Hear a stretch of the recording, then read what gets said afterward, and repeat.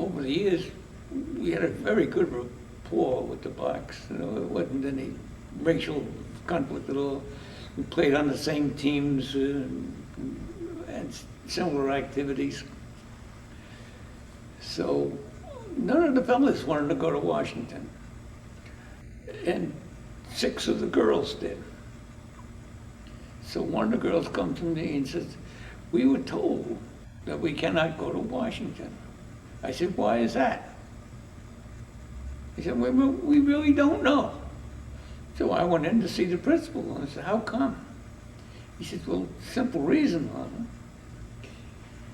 The hotels down there are segregated. And the hotel, the good hotel that we've been able to get cheap rates at, won't accept black people." I said, "Well, aren't there some black hotels?" He said, "Well, truthfully, I don't know about that." So I said, "Mr. Rupp, it's not fair. These girls have worked hard selling candy and saving money and so forth. You should be able to go." He says, "Well, may I suggest that you take it up with Mr. French, who was president of the Board of Education." The thing about that was that not being able to stay at the hotel. Can't you come up with some answer?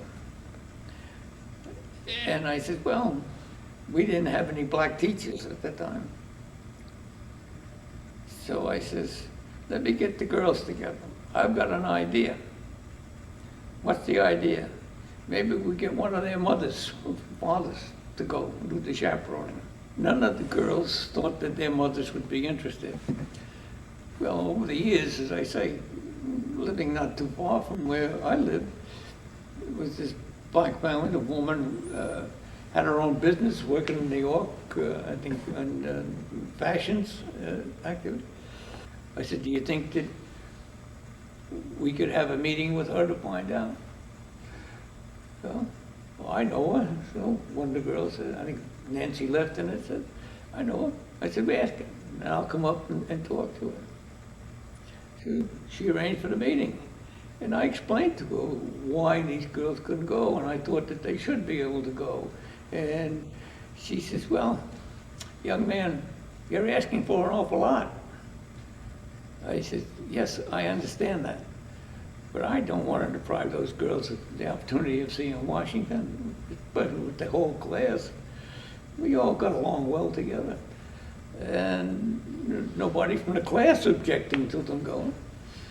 So I went back, talked to Mr. French, whose daughter was in the class, and she arranged my meeting with him. So he says, "Well, you got to talk to the school board attorney."